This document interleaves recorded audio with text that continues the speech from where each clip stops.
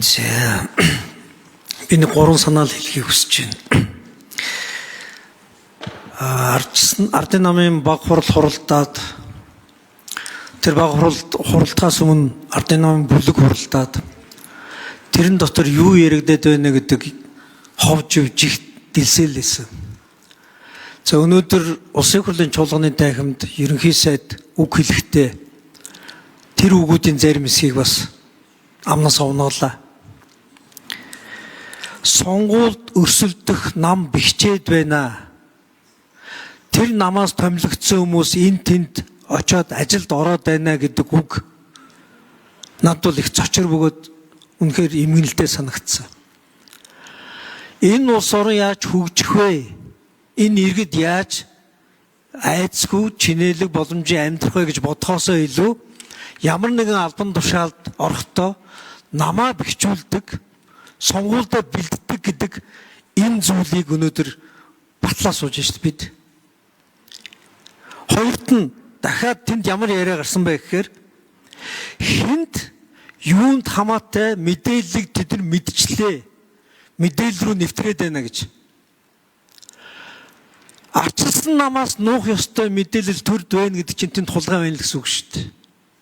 Тэнд луур байна гэсэн үг шүү дээ. Дахиад гурав дахь үг нь хэний хүнийг халаад байна гэж. Сонгуулиар ажилласан хүмүүсээ төрийн өмчит компанид төрийн байгууллагад ажилуулад дараагийнхаа сонгуульд бэлддэг, тэнд зориулж хулгай хийдэг, энийг ч л тогтолцооны авилга гэж хэлдэг шүү дээ. Тогтолцооны авилгаа шийдэхийн тулд асуудлаа засахээс өмнө арчилсан намын эндээс хөөж гаргая гэдэг шийдвэр гаргаж яах гэдэг чинь энэ нам энэ авилгатай тэнцэхгүй гэсэн үг хэлж гин гэсэн үг шүү дээ. Хамгийн аюултай шүү.